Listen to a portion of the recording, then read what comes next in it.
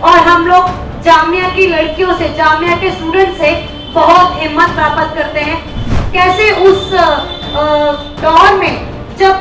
कत्लेआम हुआ उसको दंगों का नाम दे दिया जाता है। बहुत सारे ऐसे बीजेपी के कार्यकर्ता या फिर अंधभक्त कत्लेआम करने की कोशिश करते हैं। तब हमें ये पता चलता है कि यहाँ पे लोकतंत्र खत्म हो चुका है। मुसलमानों के ऊपर इतना अटैक हुआ, आज के टाइम पे कानून बन रहे हैं। जो आज के टाइम में पुलिस आर्मी काम कर रही है वो उन लोगों के लिए काम कर रही है जो आज देश की जनता को दबाने का काम कर रही है। कहीं भी देश के किसी भी कोने के अंदर यही जहाँ कहीं भी प्रोटेस्ट चल रहे हैं, स्टेट के खिलाफ प्रदर्शन चल रहे हैं, हमें उसका समर्थन करना होगा। सबसे पहले तो मैं सभी साथियों को क्रांति का इस्लाम पेश करती हूँ कि आज आप लोग एक ऐसा प्रोग्राम रखे हो जिसके अंदर आप ये बता रहे हो कि हम लोग भूले नहीं हैं। हम लोगों को पता है कि स्टेट किसके लिए काम करती है और क्यों काम कर रही है, और उसको हम लोग याद कर रहे हैं क्योंकि हम लोग लड़ेंगे, आखिर तक लड़ेंगे। और हम लोग जामिया की लड़कियों से, जामिया के स्टूडेंट से बहुत हिम्मत प्राप्त करते हैं। और आज मुझे बहुत खुशी है कि मैं यहाँ पे बोल रही हूँ, और मैं उन सभी साथियों का धन्यवाद करना चाहती हूँ जिन्होंने मुझे यहाँ पे इनवाइट किया। तो अभी मैं सुन ही रही थी कि बहुत सारा साथी जानते भी हैं, बताया भी है, और जितने भी यहाँ पे स्टूडेंट हैं वो सभी को पता है कि उन रातों में, उन टाइम पे क्या हुआ था जब स्टेट का इतना रिप्रेशन जामिया मिलिया इस्लामिया के ऊपर हुआ था। CNRC मूवमेंट के ऊपर जब लोग खड़े हुए तो उन महिलाओं के साथ क्या हुआ, कैसे उस दौर में जब कत्लेआम हुआ उसको दंगों का नाम दे दिया जाता है। तो हम लोग ये बोलते हैं कि जो लोग जिंदा हैं, जो स्टूडेंट हैं, जो जिंदा स्टूडेंट हैं, जो कॉलेज यूनिवर्सिटीज के अंदर से राजनीति शुरू होती है, वहां पे जब स्टूडेंट बोलते हैं तो ये बताते हैं कि स्टूडेंट, यूथ, नौजवान एक ऐसा एडवांस एलिमेंट होता है जो समाज के बदलाव में बहुत अहम भूमिका निभाता है, चाहे वो राजनीतिक हो, चाहे वो सामाजिक हो, चाहे वो आर्थिक हो। और हम लोग जब जामिया मिलिया इस्लामिया के ऊपर अटैक होता है, जब शाहीन बाग की औरतों को इस तरीके से आज तक वाली जब मोदी मीडिया की तरफ से इस तरीके से बोला जाता है, या फिर बहुत सारे ऐसे बीजेपी के कार्यकर्ता या फिर अंधभक्त जो ऐसी भाषणबाजी करते हैं, लोग को भड़काते हैं और कत्लेआम करने की कोशिश करते हैं, तब हमें ये पता चलता है कि यहाँ पे लोकतंत्र खत्म हो चुका है। जिस टाइम पे बेकसूर लोगों को, पढ़ रहे नौजवान स्टूडेंट्स को मारा जाता है, तो ये साफ है कि आज के टाइम पे लोकतंत्र नाम की कोई चीज यहाँ पे नहीं है। और जो हम लोग बात करते हैं कि पुलिस, आर्मी और जो ये पूरा टूल है, ये किसके लिए काम करते हैं? ये उस सत्ता के लिए काम कर रहे हैं जो इस शासन को बनाए रखने के लिए इस नीतियों को, इस राष्ट्र के विरोधी जो नीतियां आ रही हैं उसको लागू करने के लिए काम कर रही है। वो देश की जनता के लिए काम नहीं कर रहे हैं, क्योंकि हम लोग देख रहे हैं कि आज जो सत्ता में है उनके ऊपर इतनी बड़ी दरारें, इतने केस हैं। खुद जो हमारे PM हैं उन्होंने लीड किया गुजरात में जब मुस्लिम लोगों को कत्लेआम किया गया, वहां की प्रेग्नेंट औरतों के जो पेट काट के बच्चों को जलाया गया, इस तरीके का जो मुसलमानों के ऊपर इतना अटैक हुआ, और वो आज प्रधानमंत्री हमारे देश को चला रहे हैं। तो हम लोग इस बात को जान रहे हैं कि जो आज के टाइम पे कानून बन रहे हैं, जो आज के टाइम में पुलिस आर्मी काम कर रही है, वो उन लोगों के लिए काम कर रही है जो आज देश की जनता को दबाने का काम कर रही है। तो हम लोग को ये बात क्लियर करनी होगी कि आज जो भी लोग देश के कोने कोने के अंदर जहां भी संघर्ष चल रहे हैं, चाहे वो छत्तीसगढ़ के अंदर है, चाहे वो कश्मीर के अंदर है, चाहे यूपी के अंदर, पंजाब के अंदर, कहीं भी देश के किसी भी कोने के अंदर जहां कहीं भी प्रोटेस्ट चल रहे हैं, स्टेट के खिलाफ प्रदर्शन चल रहे हैं, हमें उसका समर्थन करना होगा, क्योंकि हमें लगातार से बांटा गया है। इसी चीज का फायदा सरकार उठाती रही है, इसीलिए हम लोग हमेशा अकेले जो मार खाते आए हैं। लेकिन आज हम लोग जामिया के स्टूडेंट से सीखते हैं, हम लोग किसान आंदोलन से सीखते हैं, जिन्होंने एक उदाहरण सेट की है कि अगर सरकार ऐसी नीतियां लेके आ सकती है तो उसको झेला नहीं, उसका बदला भी जा सकता है। क्योंकि कृषि विरोधी कानून के खिलाफ लगातार 1 साल संघर्ष चलता है, 750 से ज्यादा लोग शहीद हो जाते हैं, इतनी ज्यादा वहां पे ऐसी कुर्बानियां होती है जो आज तक मीडिया आई है। आज तक बहुत सारे लोगों का नाम तक नहीं आया है। उसी तरीके से लगातार सिखों के ऊपर अटैक होता रहा है और उन लोगों ने लड़के अपनी स्पेस बनाई है। तो हम लोग जामिया मिलिया इस्लामिया के स्टूडेंट से ये गुजारिश करते हैं और ये उम्मीद रखते हैं, जिस तरीके से आपने लड़ाई लड़ी है, आप ये सबूत देते हो कि हमारा ज़मीर मरा नहीं, हम जिंदा लोग हैं और हम लोग लड़ेंगे, आखिर तक लड़ेंगे और दोबारा से फिर से हम ये साबित करेंगे कि जो भगत सिंह बोला करते थे कि हमारे देश के अंदर या दुनिया के किसी भी देश के अंदर, चाहे जो सत्ता के अंदर जो शासन कर रहे होते हैं, उनके खिलाफ स्टूडेंट का बोलना क्यों जरूरी होता है। स्टूडेंट जो इस समाज के अंदर क्या भूमिका निभाता है,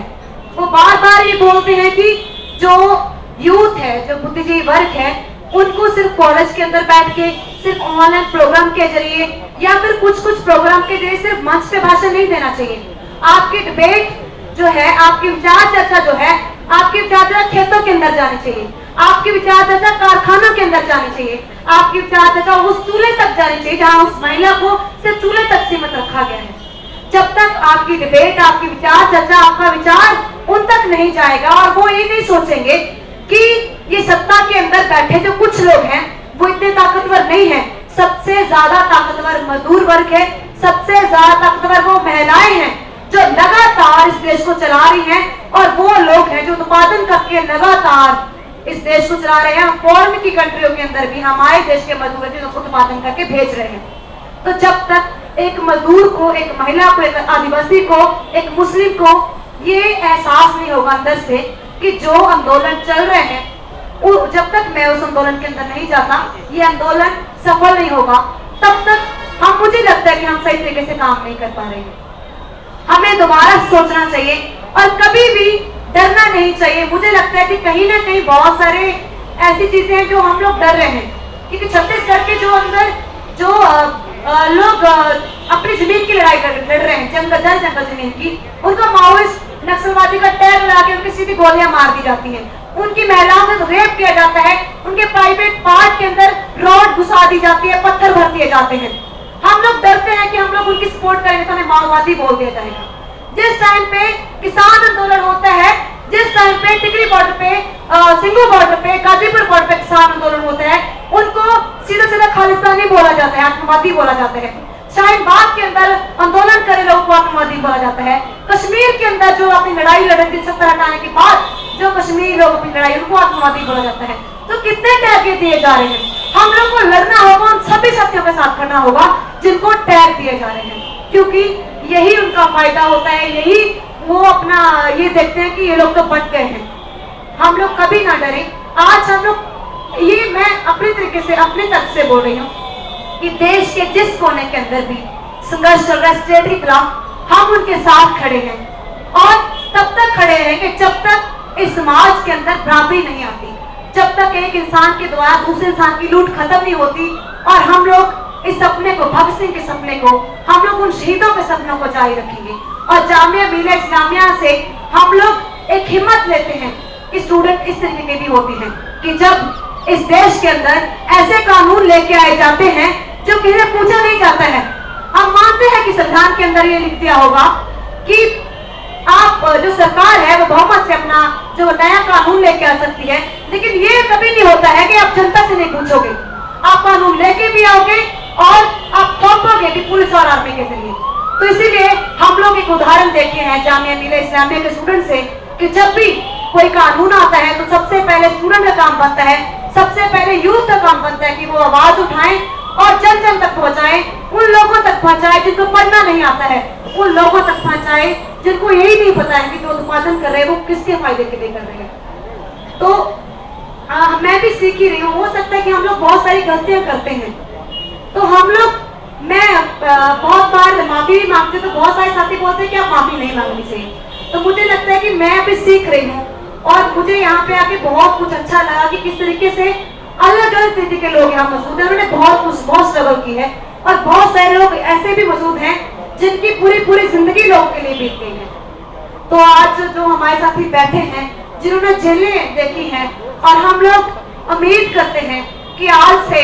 हम लोग उन लोगों के लिए भी आवाज उठाएंगे जो जेलों के अंदर बंद हैं, आज जो यहाँ पे बैठे हैं वो लोग ग्राउंड के अंदर जरूर जाएंगे, और हम लोग उम्मीद भी करते हैं कि ये आवाज हमेशा ऐसे ही उठती रहेगी, ऐसे प्रोग्राम होते रहेंगे। और अरुंधति राय जी के सामने मैं कभी नहीं बोली, मैं अपने आप को बहुत भाग्यशाली मानती हूँ कि मैं आज उनके सामने बोल पा रही हूँ, जिन्होंने उन लोगों की आवाज उठाई है जिनकी आवाज कभी सुनी नहीं जाती, जिनकी आवाज जंगलों के अंदर रह जाती है, जिनको गोलियां मार दी जाती है और जिनको टैग दे दिया जाता है, मीडिया के जरिए बोल दिया जाता है कि ये लोग आतंकवादी है, नक्सलवादी है, माओवादी है, ये जनता के खतरे का काम करते हैं।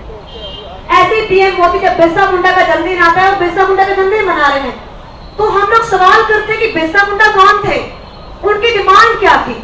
वो बोल रहे थे जल जंगल जमीन की लड़ाई को लड़ रहे थे, अपनी उन्होंने एक आर्मी बनाई कि जो हमारा जल जंगल जमीन छीनेगा हम उसके खिलाफ लड़ाई लड़ेंगे। इसी तरीके से आज लगातार कपड़ों को देखकर, नाक को देखकर जिस तरीके से मॉब लिंचिंग हो रही है, मुस्लिम लोगों को मारा जा रहा है, कश्मीर के अंदर लाशें तक दी जा रही हैं, तो हम लोग उन सभी लोगों के साथ हैं। और हम लोग नहीं डरते आप लोगों की यूएपीए से, हम नहीं डरते आप लोगों की टेक्नोलॉजी के टैग से, हम लोग लड़ते रहेंगे क्योंकि ये जनता हमारी है।